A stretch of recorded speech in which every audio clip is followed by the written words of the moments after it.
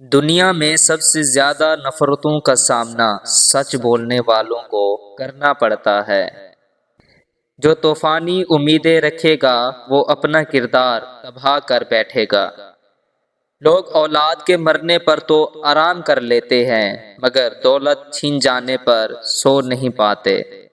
زمانے کا شکوہ نہ کرو بلکہ خود کو بدلو، کیونکہ پاؤں کو گندگی سے بچانے کا طریقہ جوتا پہننا ہے، نہ کہ سارے شہر میں قالین بچھانا۔ جب کسی سوال کا جواب نہ آتا ہو تو نہیں معلوم کہنے میں شرم نہ کریں۔ مومن وہ نہیں جس کی محفل پاک ہو، بلکہ مومن وہ ہے جس کی تنہائی پاک ہو۔ کسی روشن دل مرد کا خادم ہو جانا بادشاہوں کی درباری ہونے سے بہتر ہے۔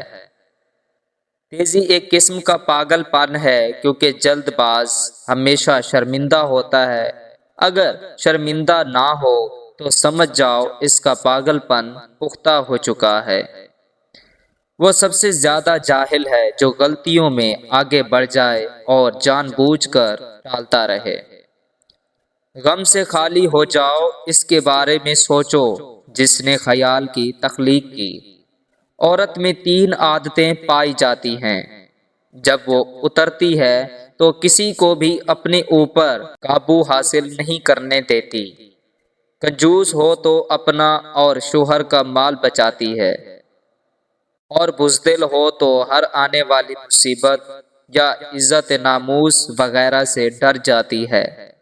عقل مند وہ ہے جو ہر چیز کو اس کے موقع پر استعمال کرے۔ جو شخص اپنے ہر کام کو پسند کرتا ہے اس کی عقل میں خلل آ جاتا ہے۔ وہ محبت بہت گہری ہوتی ہے جو دوستی سے شروع ہو۔